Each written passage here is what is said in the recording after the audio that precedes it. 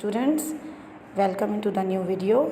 This video is a part of unit 7, which is geometry. In this video I am going to teach you about ray and angle. Look at this definition. I am going to read it for you. A ray is the part of a line which begins at a point and continues in one direction. Look at this figure. In this figure you can see 2 points.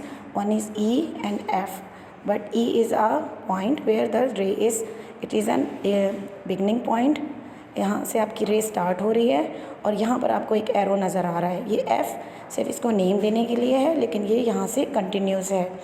तो हम इसको किस तरह से लिखेंगे? EF, उसके ऊपर हम सिंबल देंगे रे का. EF इज़ रेट एज रे F. तो रे जो होती है उसका एक साइड आपके पास पॉइंट होता है और दूसरी साइड पर आपके एरो होता है, और रे को आप वन साइड से एक्सटेंड कर सकते हैं, जबकि लाइन को आप दोनों साइड से एक्सटेंड कर सकते हैं. जबकि लाइन सेगमेंट को आप दोनों साइड से एक्सटेंड नहीं करते. तो आपको डिफरेंस भी पता चल गया लाइन सेगमेंट और रे का. ये आप प्रीवियस क्लासेस में भी पढ़ चुके हैं, अब आपकी रिवाइज भी हो गई है. अच्छा, आगे चलते हैं. अब मैं आपको बताने जा रही हूँ कि रे, जब दो रे आपस में मिलती हैं तो वो क्या बनाती हैं? वो एक एंगल बनाती हैं. एंगल कैसे बनता है? जब दो रे मिलती हैं. The sides of an angle are made up of rays. एक एंगल की जो साइड्स होती हैं वो दो रेज से मिलके बनती है, जैसे कि आपको इस पिक्चर में नज़र आ रहा है.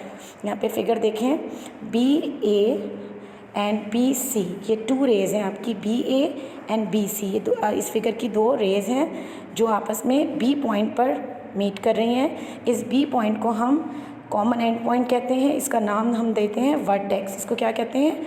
वर्टेक्स कहते हैं.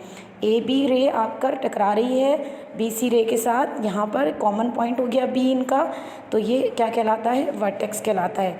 जब आप एक एंगल को नेम देते हैं तो आपने या तो आप उसको सिर्फ उसके वर्टेक्स से नाम दे सकते हैं, जैसे यहाँ पे दिखाया गया है एंगल B, या फिर आप उसको एंगल ABC, यानी कि स्टार्ट आपने यहाँ से किया, आपने वर्टेक्स को सेंटर में रखना है. एंगल ABC या फिर CBA, ये देखिए यहाँ पे आपको दिया हुआ है. एंगल ABC भी लिख सकते हैं, एंगल CBA भी. दोनों के अंदर आपको नज़र आ रहा है कि वर्टेक्स का जो पॉइंट है B वो सेंटर में लिखा गया है. या फिर सिर्फ आप उसको वर्टेक्स से भी नाम दे सकते हैं, यानी एंगल B. तो ये आपको समझ में आ गया होगा कि वर्टेक्स का क्या होता है. मिडल पॉइंट होता है, मिड पॉइंट होता है, जब जहाँ पर दो रेज आगे टकराती हैं, मिलती हैं. एंडिंग पॉइंट उनका कॉमन एंड पॉइंट कहलाता है वर्टेक्स, और दो रेज मिलकर आपस में एंगल बनाती हैं. फर्दर आप लोग आगे जाके सीखेंगे कितनी टाइप्स के हमारे पास एंगल्स होते हैं. अब आपने जाकर अपने समर वर्कबुक पे पेज नंबर 57 से प्रॉपर डेफिनेशंस याद करनी है अच्छे तरीके से.